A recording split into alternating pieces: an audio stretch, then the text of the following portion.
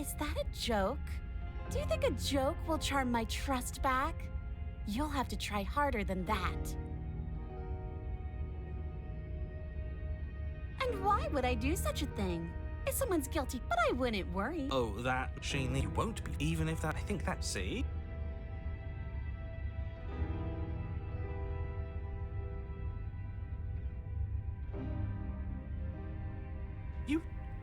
You can't be serious. Now, hold on. We should put this to a vote.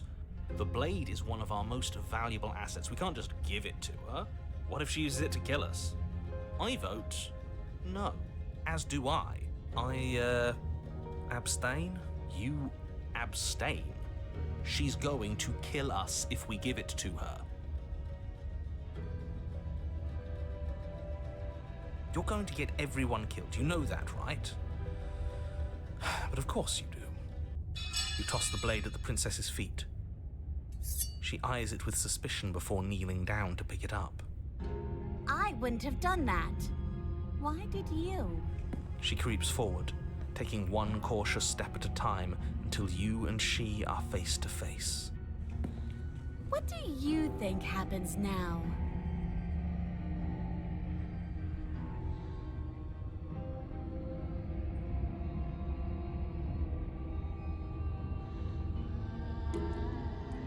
She pulls back, clearly caught off guard by whatever nonsense you just said to her. I thought it was nice. Whether it's nice depends on if we meant it.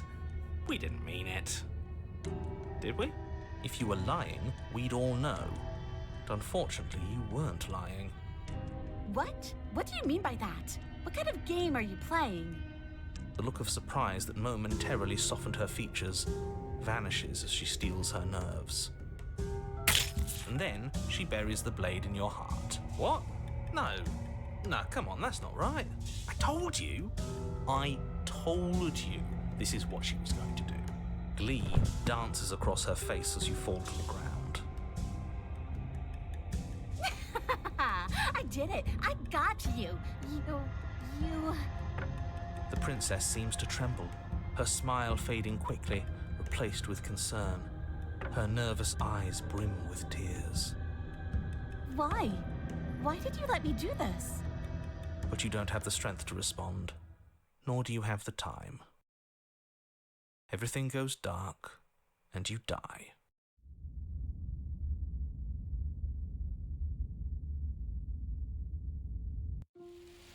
You're on a path in the woods. I can't believe she actually stabbed us. I told you not to give her the blade. I told you it would come around to bite us. I voted against it. Yeah, we know. You already got your I told you so's in while we were bleeding out. I just wanted to make sure that everyone here knows that I was and am on the right side of that argument. Oh, you're far from being on the right side of anything. You're fixated on the past, whereas what you should be is fixated on the future. Ho-ho, a visionary. I like it. Tell me more. Gladly, my dear fellow. By cruelly turning on the princess in her moment of vulnerability, we made ourselves an enemy. But by mastering our fear and insecurity and handing over our power, we've begun a journey to something so much deeper. I like journeys. Traveling is a bit of a passion of mine. It makes me so relatable. Now, where are we off to? Well, if we're lucky, it's a journey to love. She hates us. Does she? She hesitated before stabbing us to death. As ridiculous as this guy is, maybe he has a point. I don't know if I necessarily buy into his whole love journey thing, but maybe she won't be as keen to betray us this time. We've already proven to her that we can change, so maybe she'll realise that things don't have to end in violence. You know, maybe you're right. In which case, I suppose the only thing to do is to get back to the cabin and give it another try. Give what another try exactly? You are aware I've been listening to you, right? It makes no difference if we conspire in the shadows or bear our intentions with open hearts. We are breaking your cruel cycle and whisking her away to freedom. Oh, are you now? Great, so you've obviously been here before, since you apparently died at least once. Sure, twice. Then I'll spare you the little introduction I had planned. You already know about the princess, and clearly you already know that she's dangerous. So don't muck this up. It's bad enough that this isn't your first time through. Wonderful. If the woods themselves are changing, then that's all the more reason for you to take this seriously. It would mean your grip on things is slipping, which in turn likely means her influence is spreading. Someone's in the know. I've already said too much. The more information you have, the more difficult your task will be. Don't listen to her, definitely don't free her, and if you can, don't even think about her. You don't have to worry about me. My head's always empty. Except for thoughts of her.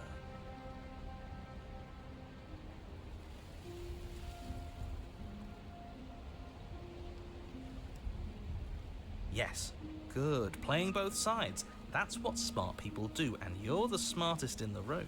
I'm not sure it counts as playing both sides if people can hear you doing it. Buddy, you're thinking in far too few dimensions. There's layers to doing this right, and I'm pretty sure the one making the choices gets that. Trust in the plan. Trust in what plan? The decider's plan. Sure, we don't know what the plan is yet, but that's part of the whole trusting thing, isn't it? A good leader knows how and when to keep things secret, and sometimes a good leader even knows to keep things secret from himself. There isn't a plan, and that's the whole point. We're supposed to be guided by emotion. We're supposed to passionately live in the moment, and I'm sure that when the time comes, those passions will tell us to set our darling princess free. If I were you, I'd remember what she's done. You know how dangerous she is. You should know that someone like her shouldn't be let loose upon the world.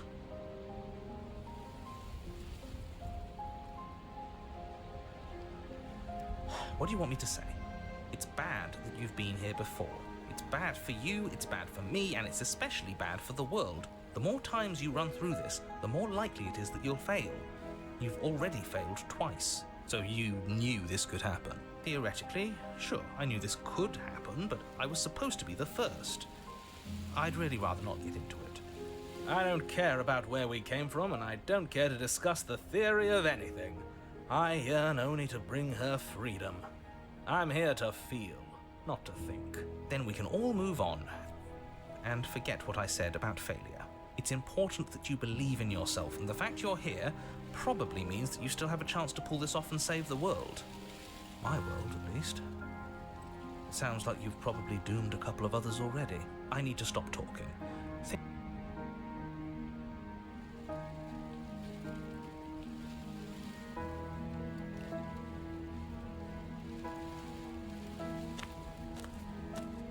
It isn't long before you find yourself at the base of the cabin. I think it's clear where everyone stands at this point. I don't know if I'd say everyone. You talking about me? I have a position. It's a good one, too. Ignore him, he's just talking for talking's sake. My position is the only one that matters. You know what you have to do. The interior of the cabin is hardly an interior at all anymore.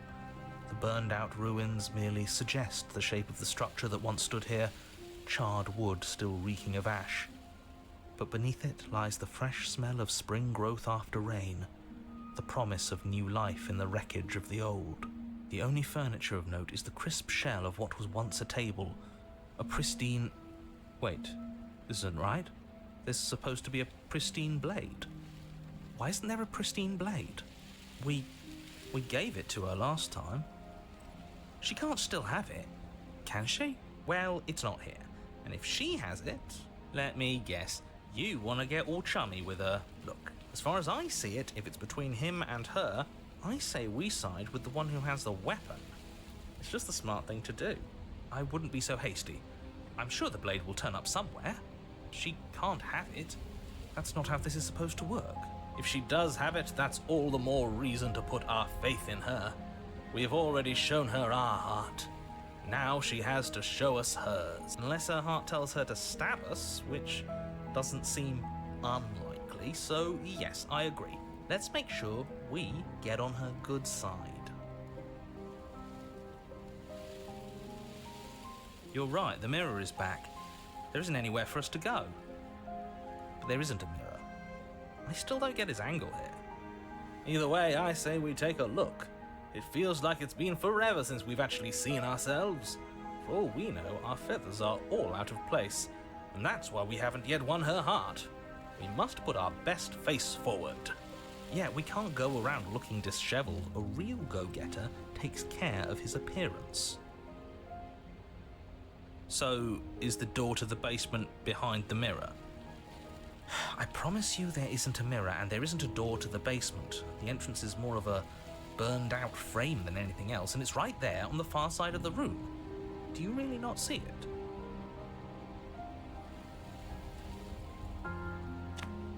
You step forward and approach the scorched entryway leading to the basement, hesitating before you begin the descent.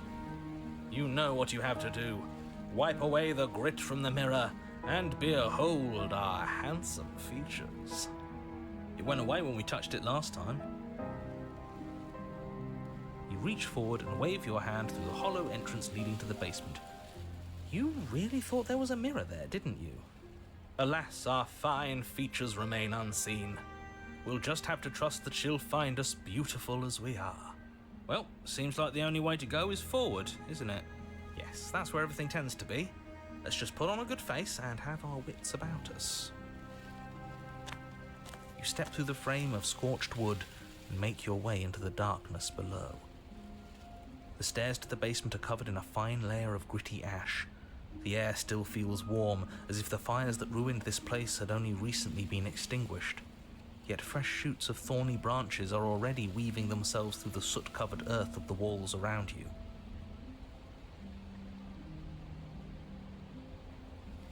Their spines point courteously down towards the basement, so you're able to brush past their jagged points with ease, at least on the way down. But you don't need to think about the way back up just yet. That's a matter for after the world's been saved.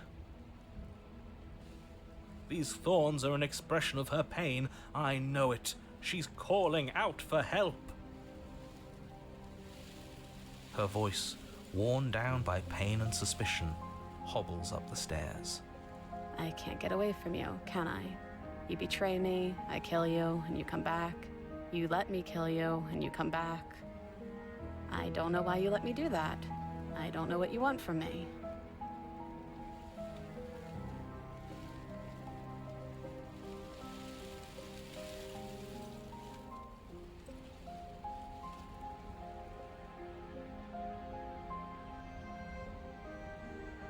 I think you know how this goes. I'm down here and I can't leave. So come down and talk.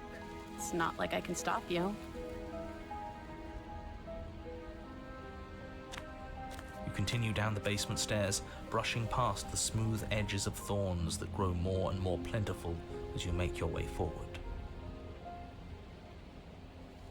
You step out into what was once a vast open cavern, now overrun by briars and prickles and thistles, the space thick with hostile vegetation. At the heart of it all, encased in a tight weave of vines, is the princess, her bloody, trembling hands clutching a pristine blade. Did you know this was going to happen to me? Are you here to watch me suffer? Are you here to laugh?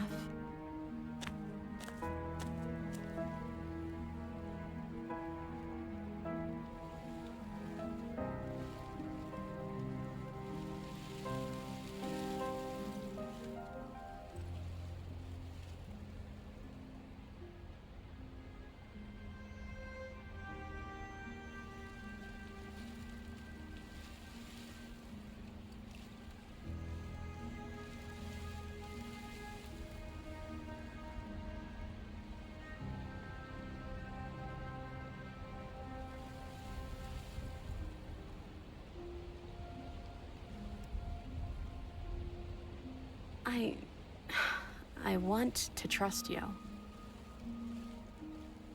Her grip tightens on the blade. But you're hiding something, aren't you? Why would you help me if you weren't helping yourself?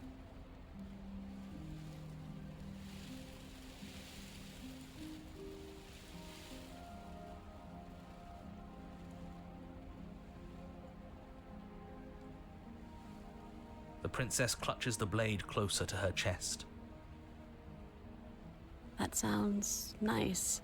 I'm so tired of the bad blood between us, but it's hard to let it go. You've hurt me. Her eyes dart away from yours for a brief moment. And I've also hurt you.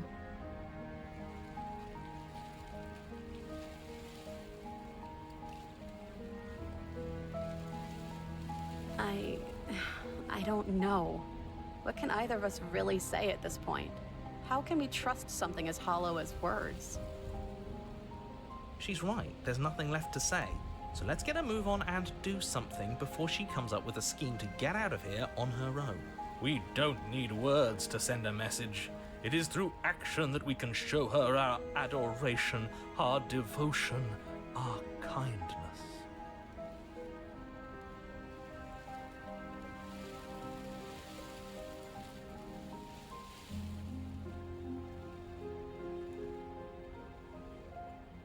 Her eyes briefly meet yours, then dart back to the floor. She hangs her head in resignation. Okay.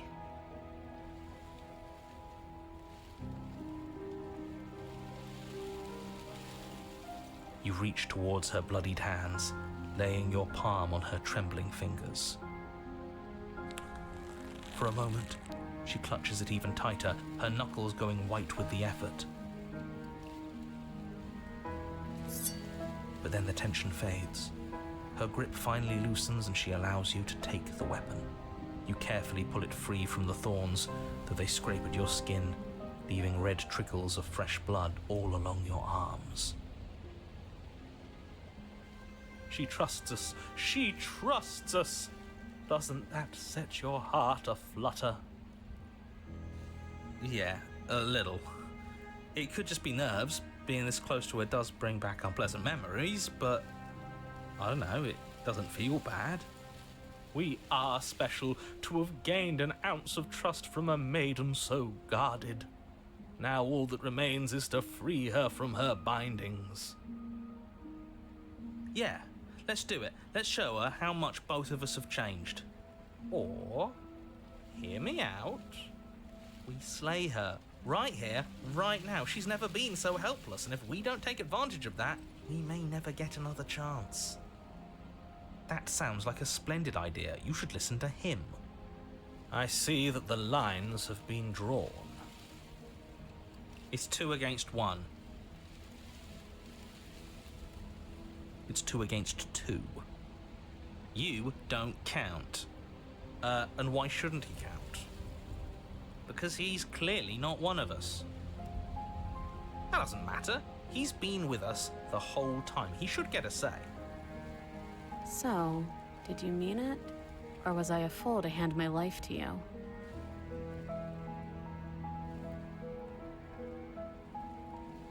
Yes, what a good idea. Let's cut her free. Oh, so you're suddenly team free her. You can't just switch sides as soon as we make a decision. I can do whatever I want, and I believe with my whole heart that this is the right course of action. Let's free this princess. Everyone deserves a chance at redemption. Let him join us and be merry. We are all united by our passion. That's right, what he said. We've already given him a chance at redemption. And who says I don't deserve another? I really mean it this time. I'm big enough to admit when I'm wrong. So I want to help you all free her. And I have no problem with that. Welcome to the team. You're one of us now. You take the blade to the thorny vines imprisoning the princess, and she flinches, relaxing only slightly as the blade slices into the thick vegetation rather than her arm. And she flinches again as the last of the vines is cut away, as if, after all of that, she's still expecting you to turn on her and stab her in the heart. You're not going to do that, are you? Still, all it would take is a single slip of the blade. Such a pathetic attempt at distraction and subterfuge. Our blade is a dashing sword, and every dashing sword is an extension of its hero. It won't slip. You're right. He can't even make it slip, can he? He's a bit of a nobody. Good thing I've been on your side of all this since the beginning. The princess falls into your arms, tears streaking down her cheeks. I can't believe you're making me describe this. I hate you. You actually meant it. You rescued me. Do you see the way she's looking at us? Kiss her. Kiss her now before the moment ends. Can we actually do that? No, you can't. Absolutely not. You know as well as I do that we can. And we wouldn't want to throw away a chance for a special moment, now would we? If I were only capable of throwing myself off a bridge. Well, are you going to describe our steamy, romantic kiss? You lean in and you kiss her. And she reciprocates enthusiastically. You kiss. It's done. Are you happy now? Come on now, this is the big moment. You can do better than that. Ugh, fine.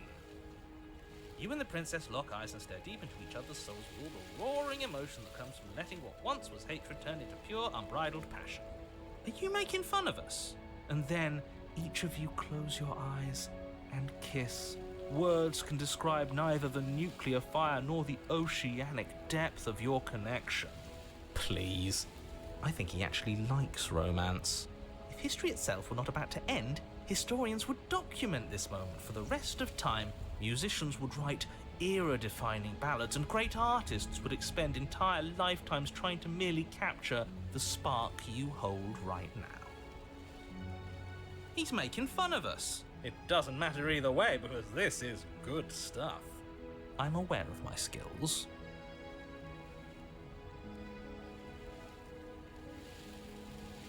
But unfortunately for you, the moment doesn't last forever. You open your eyes, the princess smiles gently up at you. Time for you to damn the whole world to oblivion, I suppose. That was nice. Her hand slips into yours, and the two of you rush to the basement stairs. Shameful, really, that the same thorns that so graciously allowed you downstairs are now blocking your only way out. Please, after all the trials we've been through, do you really think a few measly thorns can stop us? Love is an even more powerful weapon than our blade. We cut through those other vines just fine. They're only thorns. I'm not afraid of getting a few scrapes. I'm not even sure we need to do any cutting. We can just move them out of the way. What a pathetic showing, really. A few pointy sticks can't keep us down here. We're both meant for so much more than this.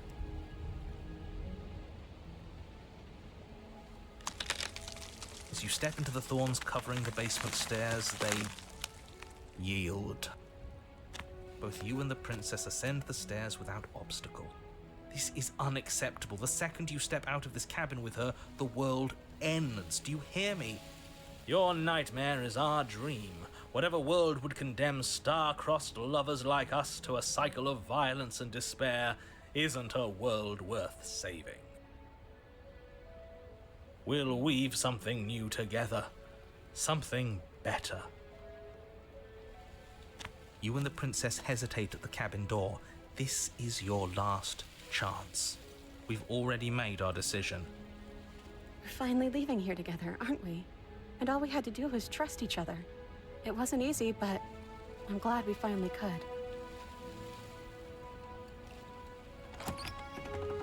Hands clasped, the two of you open the door and step out into a new day, you irredeemable murderers. What do we do now? Where's everything going? Why is it so cold?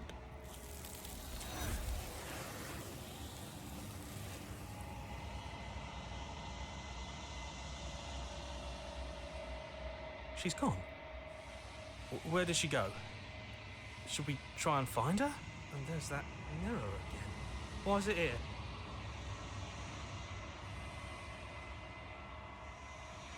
This doesn't feel right. It feels different. Final. Yes. I fear that we won't like what we'll see. What if we just sit here and preen for a while? That can't hurt. If they think it's bad, I'm with them.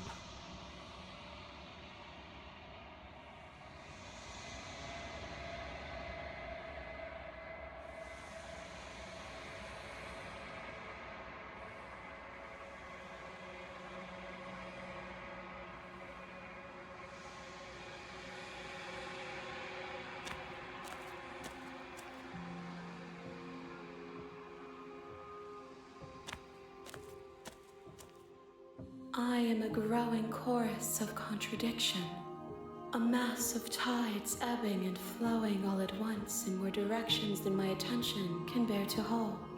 To look at any one is to shift them all into something new, and to look away is to reshape them yet again. All of me is changing, and yet the rest of me is still the same.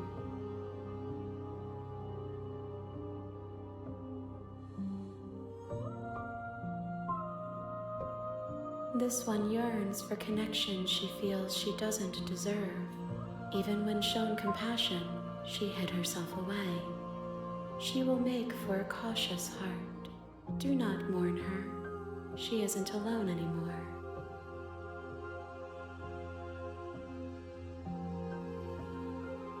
I will be here when it is time for us to meet again.